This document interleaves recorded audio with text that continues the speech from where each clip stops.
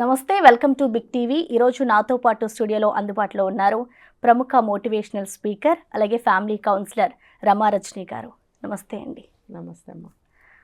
అంటే జనరల్గా ఇప్పుడు యూత్ దగ్గరకు వస్తే చిన్న చిన్న విషయాలకి అంటే బ్రేకప్ అయిందని చెప్పేసి ఇలాంటి లేదు అంటే స్కూళ్ళల్లో టీచర్స్ కానీ లెక్చరర్స్ కానీ ఎవరైనా సబ్జెక్ట్స్ పరంగా ఎగ్జామ్స్ పరంగా ఫెయిల్ అయినా కూడా సూసైడ్ చేసుకుంటారు. అంటే అన్నిటికీ సూసైడే మార్గం అనుకోవాలా? అసలు ఎందుకు అంటే ఎక్కువ యూత్కి ఎందుకు ఆ థాట్స్ వస్తాయి అనుకోవచ్చు? అంటే వాళ్ళకి ఫర్దర్గా ముందుకెళ్ళి ఆలోచించడం చేత కాదు, తర్వాత ఎవరికి చెప్పాలో తెలీదు, చెప్తే ఏమవుతుందో అన్న భయం, ఇవన్నీ కలిసి వాళ్ళు తీసుకునే నిర్ణయాలు అవి. ఓకే. అందుకని నేనేం చెప్తానంటే వాళ్ళు ఏదైనా సమస్య వచ్చినప్పుడు అదే నేను చెప్తున్నా, చిన్నప్పటి నుంచి షేరింగ్ అలవాటు ఉండాలి. ప్రతి విషయం కూడా ఇంటికి రాగానే అమ్మ ఇది జరిగింది, నాన్న ఇది జరిగింది, ఇలా తక్కుంటే అక్క ఇలా జరిగింది, ఇంటికి వచ్చి మార్నింగ్ నుంచి ఈవినింగ్ వరకు స్కూల్లో ఏమేమి జరుగుతాయో అవన్నీ ఇంటి దగ్గర డిస్కస్ చేసుకునే ఆ ప్రైవసీ అనేది, ఆ స్వతంత్రం అనేది, ఆ చనువు అనేది కుటుంబం మధ్యలో ఉండాలి.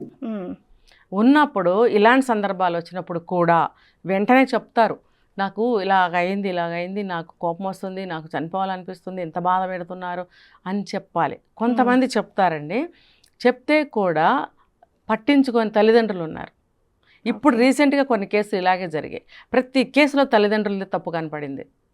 ఓకే. అంటే తల్లిదండ్రుల నెగ్లిజెన్సీ వల్ల, పట్టించుకొని తనం వల్లనే వాళ్ళు సూసైడ్ చేసుకున్నారు. కొన్ని కేసులు, అన్నీ కాదు.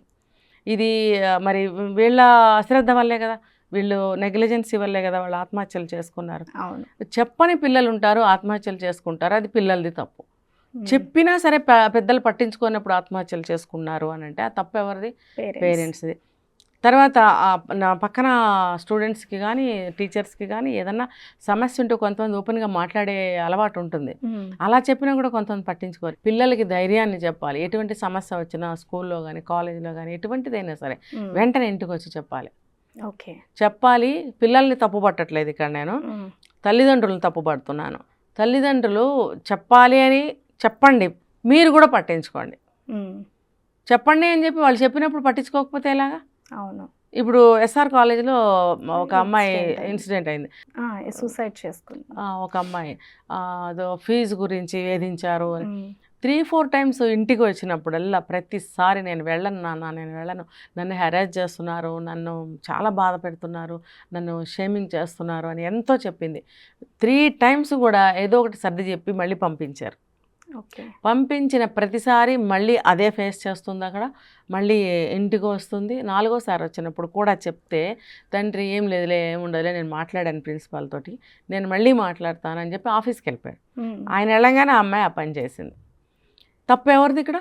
పేరెంట్స్ కదా. పిల్లలు చెప్పినా పట్టించుకొని తల్లిదండ్రులు ఉన్నారు, చెప్పటం చేతగాని పిల్లలు ఉన్నారు. అవును. దానికి పేరెంట్సే కారణం, దీనికి పేరెంట్సే కారణం.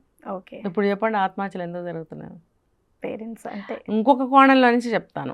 అది ఏ ఇన్స్టిట్యూట్ అయినా సరే, స్కూల్, కాలేజ్, ఆఫీస్, ఎనీ, వాళ్ళు కూడా ఒక మనుషుల్లాగా బిహేవ్ చేయాలని చెప్తున్నాను.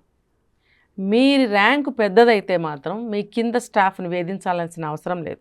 మీరందరూ కలిసి ఒక సంస్థకి పనిచేస్తున్నారు, ఒక సంస్థని లాభాల్లో నడిపించడం కోసమే పాటు పడుతున్నారు. లేచిన దగ్గర నుంచి అందరూ కూడా గానుగెద్దుల్లాగా ఉద్యోగాలకి ఎందుకు పరిగెత్తుతున్నారు? అది మీద ఒక సంస్థకి మీరు అందరు పనిచేస్తున్నారు. మీరు పని చేస్తేనే ఆ సంస్థ ముందుకెళ్తుంది. అది ముందుకెళ్ళాలంటే మీకు జీతాలు ఇవ్వాలి, శాలరీస్ ఇవ్వాలి, లాభం ఈక్వల్ కదా.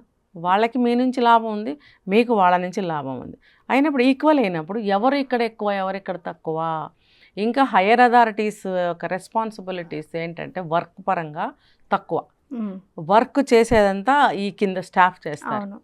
అలాంటప్పుడు పై బాస్ కింద వాళ్ళని ఎందుకు వేధించాలి? Power rank ఉందనా?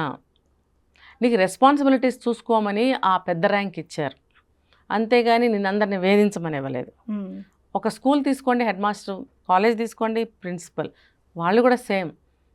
ఒక 400 మంది 500 మంది స్టూడెంట్స్, స్టాఫ్ అందరూ కలిసి ఉన్నప్పుడు వాళ్ళందరినీ చూసుకోవాల్సిన బాధ్యత నీ మీద పెట్టి, నీకు ఒక ప్రిన్సిపాల్ అని ఒక బోర్డు పెట్టి అక్కడ నీకు కొంచెం ఎక్కువ శాలరీ ఇచ్చి కూర్చోబెట్టింది, వేధించుకు తినమని కాదు.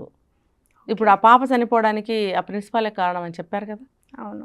ఆవిడ పర్టికులర్గా ఈ పాపని షేమింగ్ చేయడము, ఎదురుగుండా కూర్చోబెట్టి ఇక్కడే నువ్వు ఎగ్జామ్ రాయి, నీకు అసలు అంత తెలివితేటలు ఎక్కడున్నాయి, నువ్వు ఎలా రాస్తున్నావు, నీకు అన్ని మార్కులు ఎలా వస్తున్నాయి, నేను చూస్తాను ఎక్కడ కూర్చొని రాయి అని అని అనేక విధాలుగా అమ్మాయిని వేధించడం వల్లే కదా ఆ బాధ భరించలేక సూసైడ్ చేసుకుంది. అంటే దీనికి కారణం వాళ్ళు కూడా కదా. అది ఇన్ని వైపుల నుంచి ఈ కారణాలు అవుతున్నారు ఎంతమంది. కాబట్టి అందరూ తెలుసుకోవాల్సిన విషయము, ఈ ఒక ఆత్మహత్య జరిగింది అంటే వీళ్ళందరూ ఒక కారణభూతులు అవుతారు. కాబట్టి ఈ ఈ ఈ ఈ ఆత్మహత్య కేసుల్లో ఇలా అనుమానం వీళ్ళందరి క్యారెక్టర్స్ కారణాలు ఉన్నప్పుడు వీళ్ళు ఎవరిని వదిలిపెట్టకూడదు. మరి వాళ్ళ వల్లే కదా పిల్ల ఏడ్చింది, ఇంటికి వచ్చి చెప్పింది, వీళ్ళు పట్టించుకోలేదు, అందరూ కారణమే అయ్యారు. చివరికి ఆ పాప చనిపోయింది. అది నెగ్లిజెన్సీ వల్ల. చక్కటి వివరాలు తెలియజేశారు. Thank you so much. For more videos like this, subscribe Big TV channel.